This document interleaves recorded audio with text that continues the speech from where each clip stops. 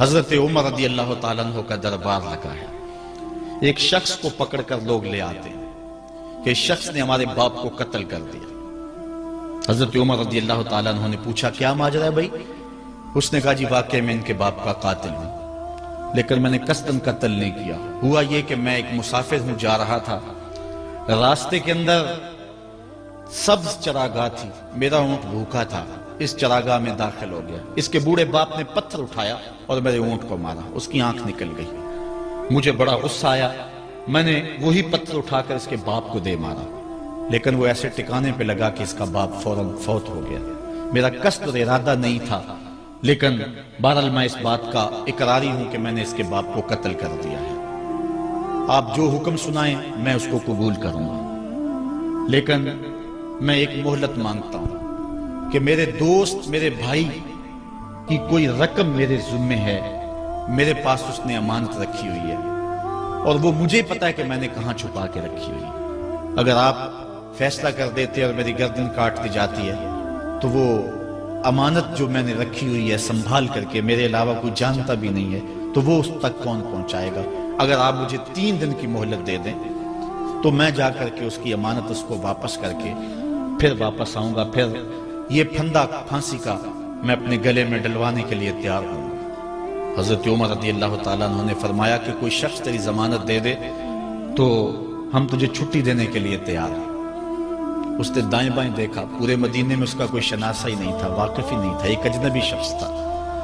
حضرت ابو ذر غفاری کھڑے ہو گئے، کہا حضرت عمر میں اس کی ضمانت دیتا ہوں. ضمانت دے دی گئی، وہ چلا گیا. تیسرے دن وعدے کا جو وقت تھا، لوگ جمع ہو گئے، دربار لگ گئے، ابھی تک آنے والا نہیں آیا. لوگوں نے کہا ابو ذر تو نے غلطی کی ہے، ایک اجنبی کی ضمانت دی اور ابھی تک وہ نہیں آیا. اور میاں صاحب فرماتے ہیں ایک بار جو پھائیں اڑ جاندے اور پھر کدی نہ پھنس دے دے. ظاہر ہے وہ چلا گیا، واپس تو نہیں پلٹ کے آئے گا، اسے پتا ہے کہ آگے سیدھی سیدھی میری موت ہے، تو تم نے یہ کیا غلطی کی؟ خیر آپ نے فرمایا کہ اگر وہ نہ آیا تو یہ پھانسی کا پھندا میرے گلے میں ڈال لینا، لیکن بہرحال میں نے اس کی ضمانت دی.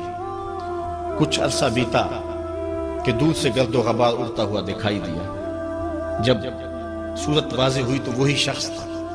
حضرت عمر فاروق رضی اللہ تعالیٰ عنہ کے دربار میں کھڑا ہو کہنے لگا حضرت کسی وجہ سے تاخیر سے پہنچا ہوں، معذرت چاہتا ہوں، اب جو حکم ہے پورا کیجیے. حضرت عمر رضی اللہ تعالیٰ عنہ اس کے پھانسی کے احکامات جاری کر چکے تھے. آپ نے فرمایا کہ ابو ذر یہ بتا کہ تو نے اس کی ضمانت کیسے دی جب تو اسے جانتا نہیں تھا؟ تو سنو حضرت ابو ذر غفاری نے کیا کہا. ایک اجنبی میرے محمد کے مدینے میں پناہ مانگ رہا تھا اور اس نے چاروں سمت دیکھا اور کوئی شخص نہیں تھا جو اس کو امان دیتا اور اس کی ضمانت دیتا، تو میں نے اس لیے ضمانت دے دی کہ نہ بھی آیا تو اپنی جان چلی جائے گی.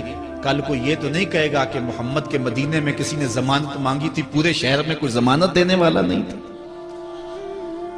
اس کو کہا کہ انہوں نے تو ضمانت دے دی، میاں اب تو بتا کہ تو چلا گیا تھا، تجھے جانتا کوئی نہیں تھا، نہ پلٹ کے آتا تو تجھے کوئی پوچھنے والا نہیں تھا، تو تو نے یہ دوبارہ موت کے منہ میں کیوں اپنا سر رکھا ہے؟ تو اس نے کہا کہ میں نے کہا کہ ایک اجنبی کی ضمانت ایسے شخص نے دی ہے جو مجھے جانتا بھی نہیں ہے، اور اگر میں نہ گیا تو لوگ قیامت تک اجنبیوں پر بھروسہ نہیں کریں گے کہ اجنبی یوں سلوک کیا کرتے ہیں. تو حضرت عمر رضی اللہ تعالیٰ عنہ اس کے پھانسی کے احکام جاری کیے. تو جن کے باپ کو قتل کیا تھا وہ بیٹے کھڑے ہو گئے، کہنے لگے تاریخ کی کالک ہم اپنے منہ پہ ملیں گے، ہم بھی اپنے باپ کے قاتل کو معاف کر دیتے ہیں. یہ ہماری تاریخ ہے، یہ ہماری کہانی ہے. لیکن آج ہم کس جگہ پہ کھڑے ہیں اور کیا ہماری صورتحال ہے؟ نہ ہمارا کردار رہا اور نہ ہمارا کوئی تشخص رہا. آج ہم نے اپنا تشخص بھی مٹا کے رکھ دیا، اپنے طرز زندگی بھی بدل دی. نہ ہماری باطن کی وہ روشنی رہی، نہ ظاہری وہ صورتیں رہی کہ ہم پہچانے جائیں کہ حضور کے غلام ہیں، بلکہ آج بھانت بھانت کی بولیاں بول رہے ہیں. اقبال نے کیا کہا تھا؟ اپنی ملت پر قیاس اقوام مغرب سے نہ کر، خاص ہے ترکیب میں تجھے قوم رسول ہاشم.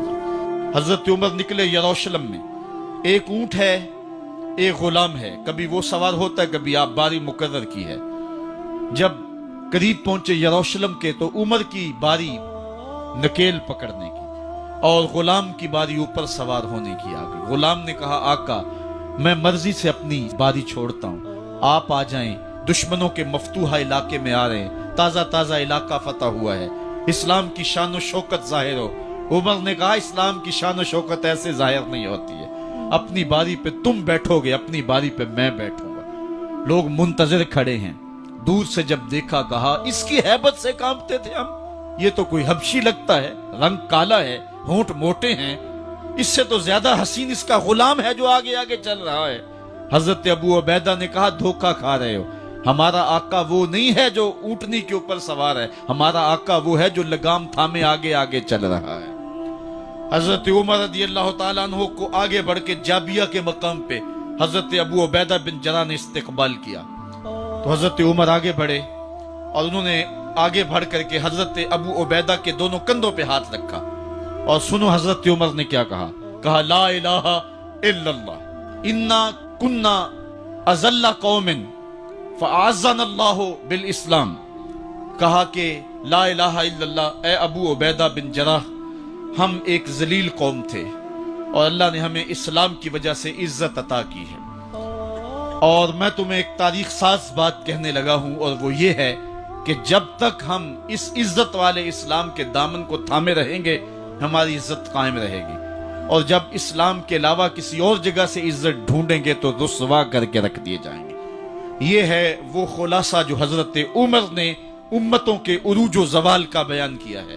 اس امت کو جو خیرات ملی ہے تخت و تاج کی، وہ پینٹاگون سے نہیں ملی، وہ واشنگٹن سے نہیں ملی، وہ وائٹ ہاؤس سے نہیں ملی، وہ محمد عربی کے جوڑوں کا صدقہ ملی ہے۔ اس لیے جب ہم نے اسلام سے انحراف کیا، پاکستان حاصل کیا گیا تھا۔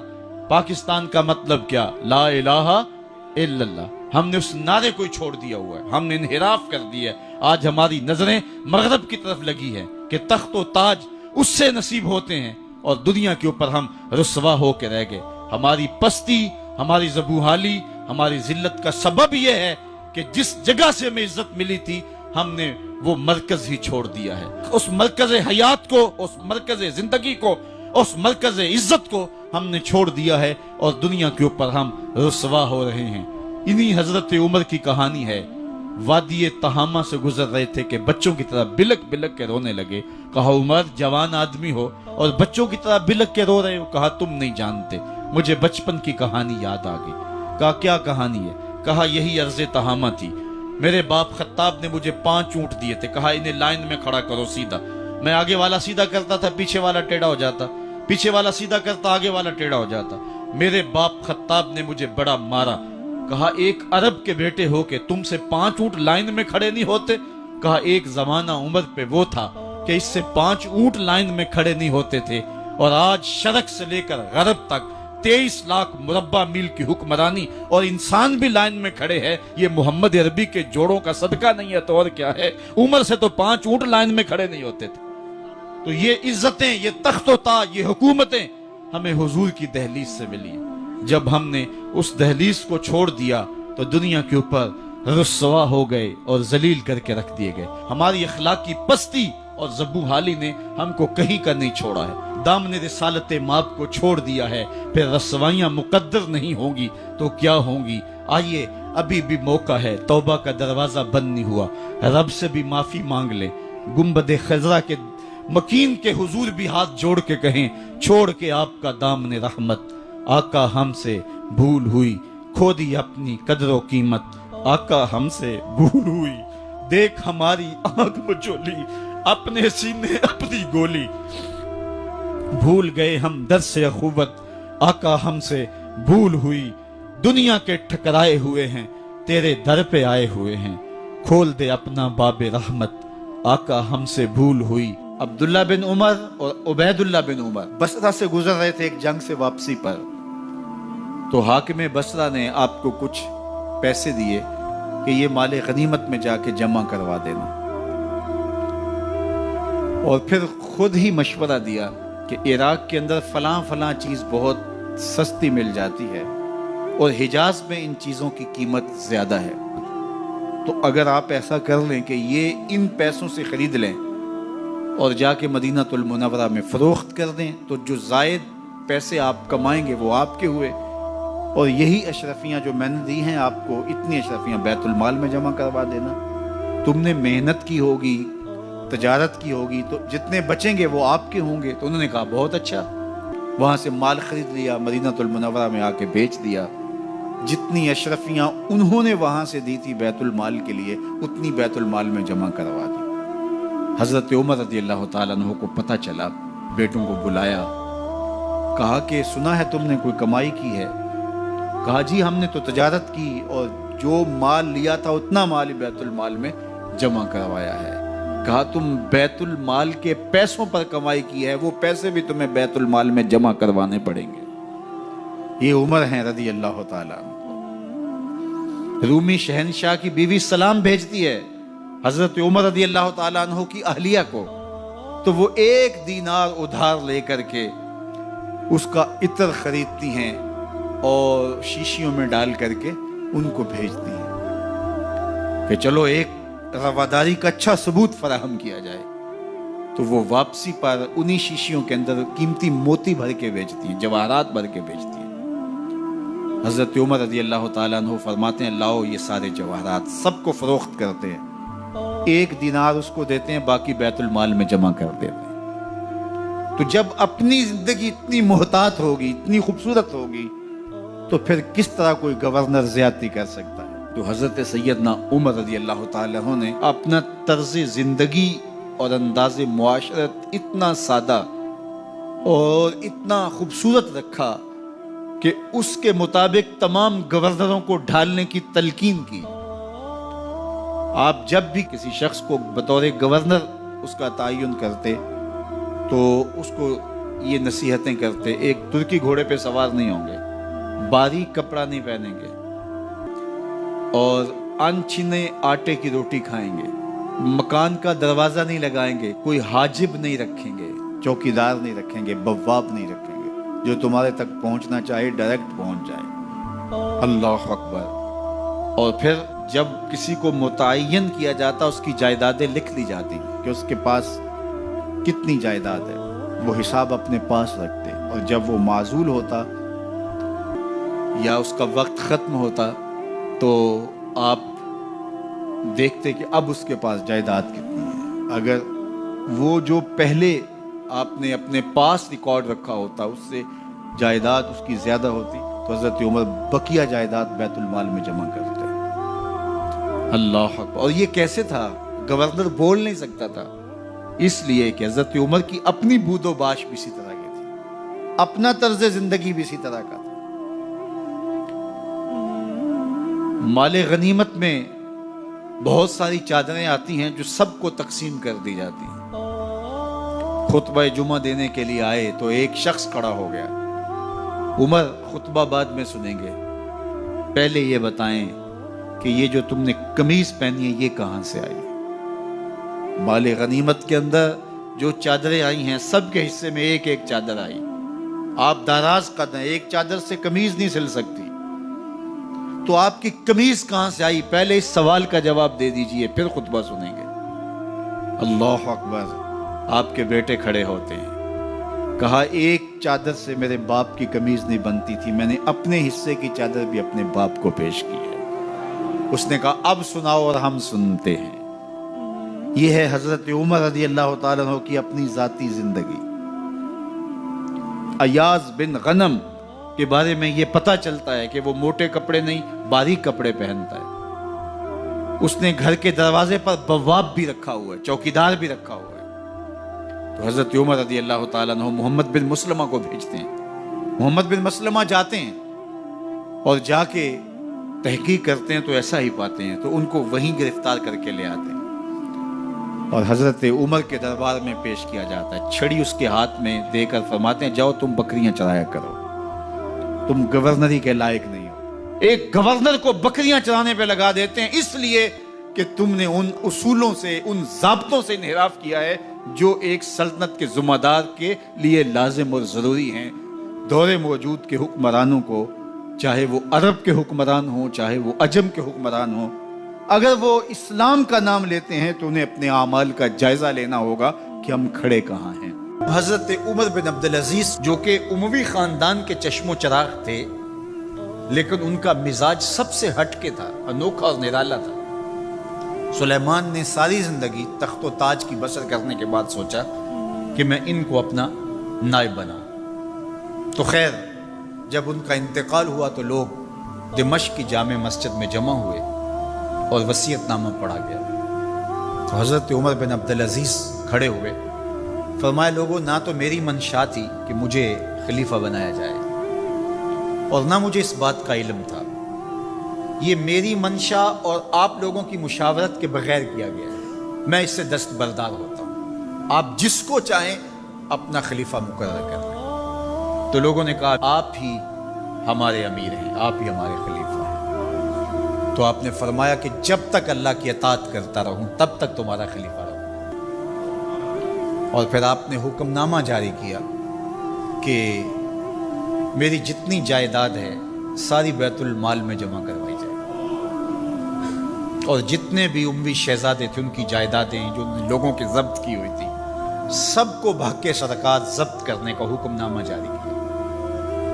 مسجد سے باہر نکلے تو آپ کے لیے شاہی سواری لائے گی، فرمایا میرا خچر کافی ہے میرے لیے۔ گھر پہنچے تو اپنی بیوی فاطمہ بنت عبد الملک سے کہا، جو بادشاہ کی بیٹی ہے، بادشاہ کی پوتی ہے اور 4 بادشاہوں کی بہن ہے، ناز و نعم میں پلی ہوئی ہے، کہا کہ میرے ساتھ تم رہنا چاہو تو تمہیں اپنے سارے زیورات، زر و جواہر، سارا مال بیت المال میں جمع کروانا ہوگا اور فقیرانہ زندگی بسر کرنا ہوگی۔ اب اس پاک باز خاتون نے کہا کہ میں اس کے لیے تیار ہوں، میں فقیری کی زندگی کو ترجیح دیتی ہوں۔ اب حضرت عمر رضی اللہ تعالیٰ عنہ نے صرف 2 سال 5 ماہ اور کچھ دن حکومت کی، اور 3 بر اعظموں پر سلطنت اسلامیہ پھیلی ہوئی تھی، اور آپ روتے تھے کہ ان لوگوں کا حق بھی میرے اوپر بلا مطالبہ ہے جو دنیا کے کسی بھی خطے کے اوپر اس سلطنت کی حدود میں بستے ہیں۔ عید کا موقع آیا، عیدگاہ میں جب لوگ ایک دوسرے کو مل رہے تھے تو امیر المومنین کے بیٹوں کے کپڑے خستہ تھے، پرانے تھے، پیوند لگے ہوئے تھے۔ تو آپ نے اپنے بیٹوں سے کہا کہ تمہیں شرم تو آ رہی ہوگی کہ امیر المومنین کے بیٹے ہو کے تمہیں ڈھنگ کا لباس بھی دستیاب نہیں ہے۔ تو آپ کا ایک بیٹا عبد الملک بن عمر بن عبدالعزیز جو آپ کی زندگی میں انتقال کر گیا تھا، اس نے کہا ہمیں اس بات پہ فخر ہے کہ ہمارے باپ نے خیانت نہیں کی ہے، ہمارا باپ دیانتدار ہے۔ جب گھر آتے ہیں تو آپ کی بیٹیاں آپ کو عید مبارک کہتی ہیں، آپ سے ملتی ہیں، لیکن منہ پہ کپڑا دھرا ہوا ہے۔ تو حضرت عمر رضی اللہ تعالیٰ عنہ عمر بن عبدالعزیز بولتے ہیں کہ بیٹی آپ نے چہرے کے اوپر کپڑا کیوں رکھا ہوا ہے؟ تو وہ کہتی ہم نے کچے پیاز سے آج کھانا کھایا ہے تو اس لیے ہم نے کپڑا رکھا ہے کہ آپ اس کی سمیل محسوس نہ کریں۔ تو حضرت عمر بن عبدالعزیز رو پڑتے ہیں اور فرماتے ہیں کہ کس باپ کا جی نہیں چاہتا کہ میری اولاد آسودہ ہو، لیکن میں آخرت سے ڈرتا ہوں۔ حضرت عمر بن عبدالعزیز رضی اللہ تعالیٰ عنہ کے 2 سال 5 ماہ اور چند دنوں کے اندر ایسا عدل پھیلتا ہے کہ لوگ کہتے ہیں ہمیں لگتا تھا آسمان اور زمین کے درمیان ترازو گاڑ دیا گیا ہے، ہر شے پوری پوری تولی جا رہی ہے، اور اتنی خوشحالی آتی ہے، اتنی خوشحالی آتی ہے، لوگ زکوٰۃ کے پیسے لے کے نکلتے ہیں، کوئی زکوٰۃ لینے والا نہیں ملتا۔ ایک علاقے کے لوگ حضرت عمر بن عبدالعزیز کو خط لکھتے ہیں کہ حضرت زکوٰۃ کا کیا کریں؟ فرمایا غریبوں کو دے۔ کہا کوئی غریب رہا ہی نہیں، تو کہا کہ اچھا آپ اس طرح کریں کہ جن کی شادیاں نہیں ہوئی ان کا مہر ادا کر کے شادیاں کروا دیں۔ تو وہ جواب میں لکھتا ہے یہ بھی ہو چکا۔ تو کہا لوگوں کو قرضہ دے دیں۔ کہا کسی کو قرضے کی ضرورت ہی نہیں ہے۔ تو پھر فرماتے ہیں اچھا غیر مسلموں کو قرضہ دیں تاکہ وہ کھیتی باڑی کر کے زراعت کے کام کو بڑھائیں۔ یہ عمر بن عبدالعزیز کا دور ہے۔ عدل پھیلا، نور پھیلا، روشنی پھیلی۔ شہزادگی کی زندگی سے ایک دم اپنے آپ کو ایک چھوٹے سے کٹیا کے اندر محدود کر دیا۔ اللہ اکبر۔ حضرت عمر بن عبدالعزیز رضی اللہ تعالی عنہ مسلمانوں کے نامور خلیفہ ہے، اور ان کو ان کے عدل، ان کے انصاف، ان کی سادگی اور ان کی زندگی کے اس خوبصورت طرز کی وجہ سے عمر ثانی کہا جاتا ہے۔